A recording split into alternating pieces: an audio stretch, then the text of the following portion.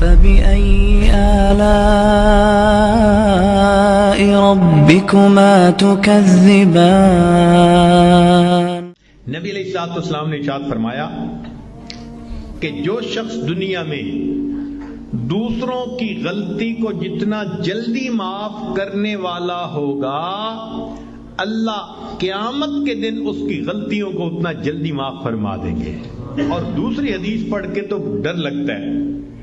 نبی علیہ السلام نے فرمایا کہ اگر کوئی بندہ دوسرے سے غلطی کی معافی مانگے اور فرمایا کہ اگلا کہے میں معاف نہیں کرتا، نبی علیہ السلام نے فرمایا یہ جو کہہ رہا ہے نا میں معاف نہیں کرتا، یہ قیامت کے دن میرے سامنے حوض کوثر پہ حاضر نہ ہو۔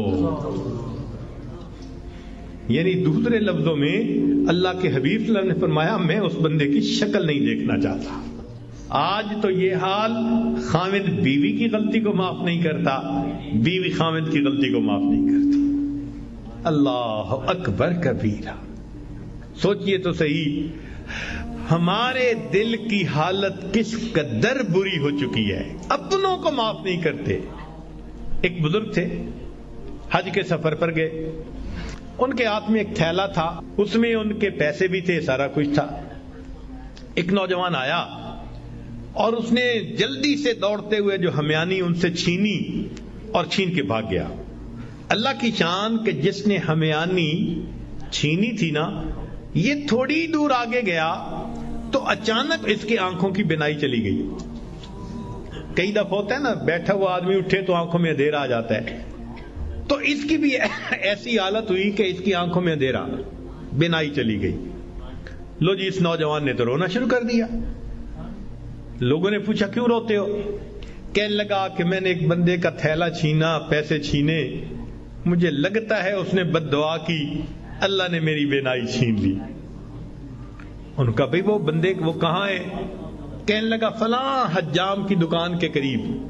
تو جب اس بندے کو بتایا کہ بھئی وہ بڑے میاں آ گئے ہیں، لوگوں نے بھی کہا معاف کر دیں، نوجوان نے بھی کہا پلیز مجھے معاف کر دیں، وہ کہنے لگے میں نے تو اسی وقت ہی معاف کر دیا تھا۔ وہ کہیں جی یہ آپ کے سارے پیسے لے کے بھاگ گیا اور آپ کہتے ہیں میں نے اسی وقت معاف کر دیا تھا۔ وہ کہنے لگے ہاں مجھے خیال آیا تھا جس کی وجہ سے میں نے اسی وقت معاف کر دیا تھا۔ تو لوگوں نے پوچھا کیا خیال آیا تھا؟ تو وہ بڑے میاں کہنے لگے کہ جب یہ میرا تھیلا لے کے بھاگ گیا تو میرے ذہن میں خیال آیا قیامت کا دن ہوگا اور میں اگر اللہ کے سامنے مقدمہ پیش کروں گا تو اس بندے سے حساب لیا جائے گا، اور جتنی دیر میرے اور اس کے مقدمے کے فیصلے ہونے میں لگے گی، آقا صلی اللہ علیہ وسلم نے فرمایا میں امت کا حساب مکمل ہونے سے پہلے جنت میں نہیں جاؤں گا۔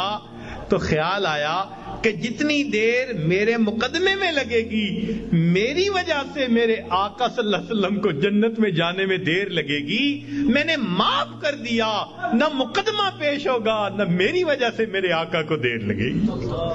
آج ہماری اگر یہ سوچ بن جائے تو ہم ہر ایک کو معاف نہ کر دیں کہ ہماری وجہ سے تو ہمارے آقا کو دیر نہ لگے نا جنت میں جانے میں۔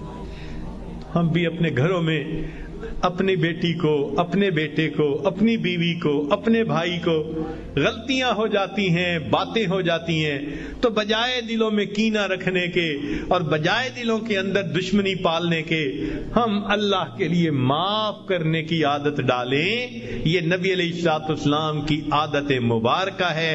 اللہ ہمیں اس سنت پر عمل کرنے کی توفیق عطا فرمائے، اور اس کے بدلے اللہ قیامت کے دن ہمارے قصوروں کو معاف فرما دے۔ میرے دوستو، ہم اس کے زیادہ محتاج ہیں۔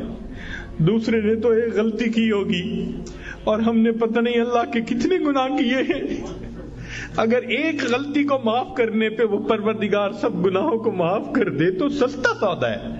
اس لیے جب بھی کوئی معافی مانگے یا نہ بھی مانگے، اللہ کی رضا کے لیے اللہ کے بندوں کو معاف کر دیا کرو۔